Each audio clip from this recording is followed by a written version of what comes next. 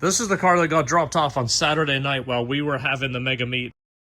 This broke down on the Skyway and it dropped it off at the shop. And then I had a bunch of people text me, hey, there's a blue EP3 broken down on the top of the Skyway. Let me go take it for a test drive and just verify everything is happy. Then I'll show you what we did to get it running. So when we walked up to it, it had a massive smell of coolant and coolant all over the place. We noticed it had broke the belt and it overheated. So when it overheated, there was so much pressure in there, it busted the radiator. It's probably an old radiator anyway, but cracked end to end. It sprayed water pretty much everywhere. That compressor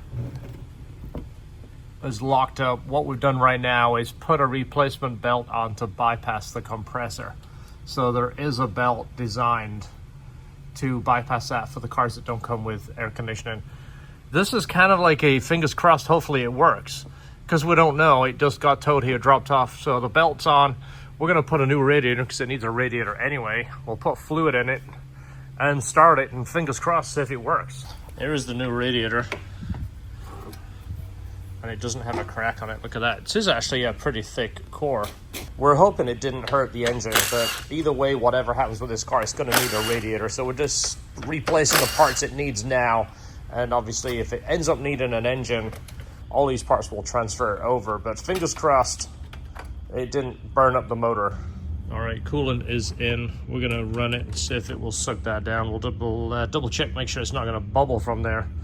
Again, we don't know how bad he overheated it. It's enough that it sprayed coolant everywhere. It was everywhere. It says it only has 10 volts, so it might not start, but we'll try it. All right, we're always getting the charger on it.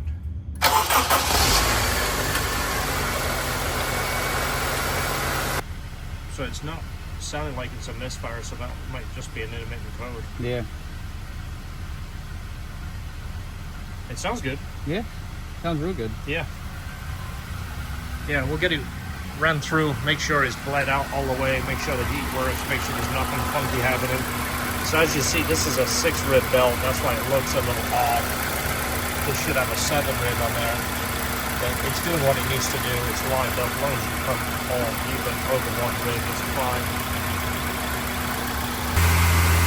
Just waiting for the fans to come on now. It's been running for about 10 minutes with no issues. Holding the RPMs up to make sure it burps the air out.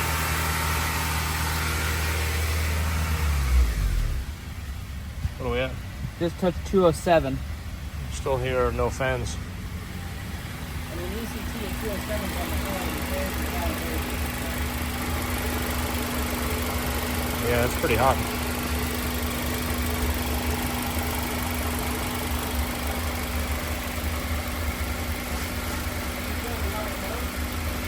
No, I haven't stuck my arm down there.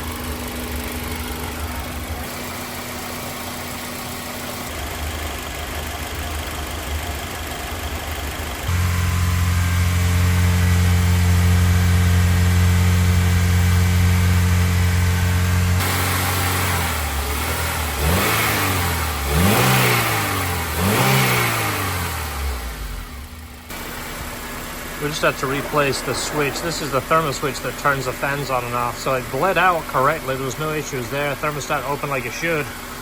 But the fans wouldn't turn on. We jumped this to verify the circuit was good and fuse, relay, everything checks out.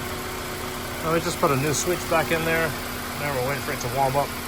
He got really lucky because we've seen this happen so many times. It'll burn the engine up. It's amazing how much damage it'll do when you obviously leak all the water out and keep driving it.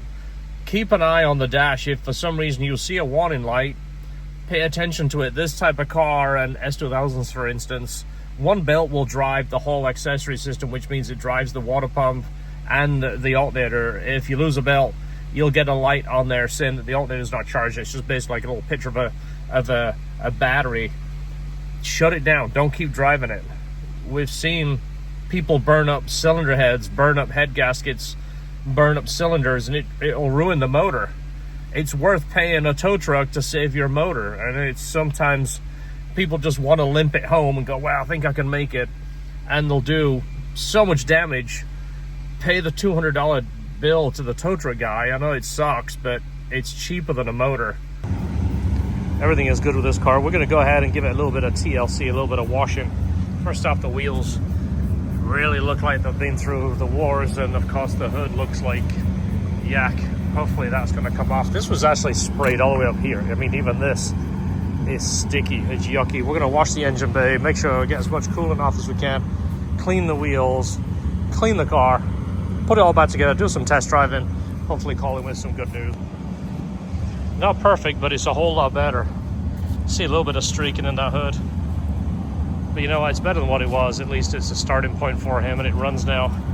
He didn't bring it here for detail, and he brought it to make it run, and we felt kind of bad, so we went and give it a once over.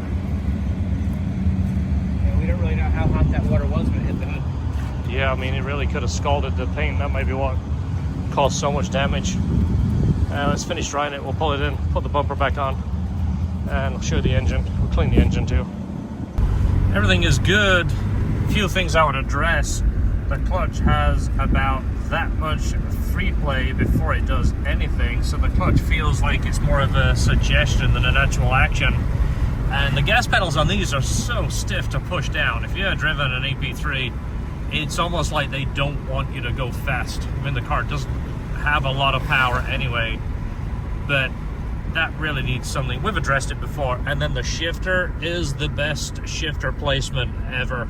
It just looks goofy. If you've never driven one of these cars, go ahead and drive it before you pass judgment of the shifter. When these cars first came out, we all said the same thing.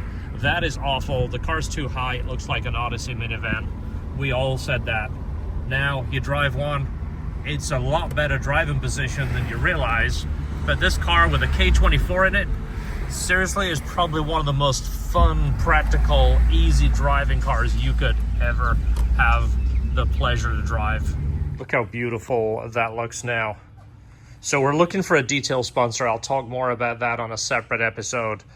I want a detail supporter that will obviously supply us products that every time we do an engine bay cleanup or a car cleanup, we can put your name on the screen and possibly offer it in the store. If we have 5, 6 products that I like, I don't want to sell a whole line. I just want to sell like 6 products I like for cleaning your car. It's something I want to offer in the store. Basically, I want to sell what I use. I don't want to just sell it just because it's available. I'm not that kind of shop. This is probably the smoothest engine ever. It is amazing. Usually you'll get vibration in the steering wheel. Let me put the camera on the steering wheel. Ready? This is locking it on the steering wheel right here. You would usually feel a lot of vibration and sound through the wheel. And it is smooth as can be. Not a very powerful motor, but definitely very smooth. Everything is good on this one. I think he really got lucky. This is actually the second time this customer's been here. I'll see if I can find the video. He brought us an EF hatch, and it was the ZC swap. It was the one where he towed it in and said the engine's in the trunk. As far as I know, this was gone through by Neil. He's done a few transmissions for us. He did this for him. This is something that you've got to look for, by the way, when you're changing the gasket. These little metal inserts will come out of the old gasket. Make sure you don't leave them on, because the new gasket won't seal properly, because it'll stop on these, something I've seen. And it turned out the engine was in like 10,000 pieces. It was definitely in the trunk, but it wasn't all together. And we turned that car around and got it back to him. Well, obviously he likes us and brought it back to us. It just sucks that he had to bring it back under these circumstances. It wasn't planned to be at the shop. It was heading to our mega meet, and it broke down. So we got it in. We had cars scheduled already, but it wasn't a big job, so we fit it in around those jobs. But we're happy to get it back to him. And he has a third car he's going to talk about in the future. So there it is. Thanks, guys. If you appreciate the video, if you get any ideas, any tips, if you enjoy it, you find something in it, do us a favor, hit the subscribe button and hit the share, hit the like, and we'll continue to bring you content. Hopefully you'll get some ideas from it and it inspires you to keep your car nice. See you in the next video, guys. Don't forget, LHDperformance.com, the online store, and keep an eye out for the next Mega Meet.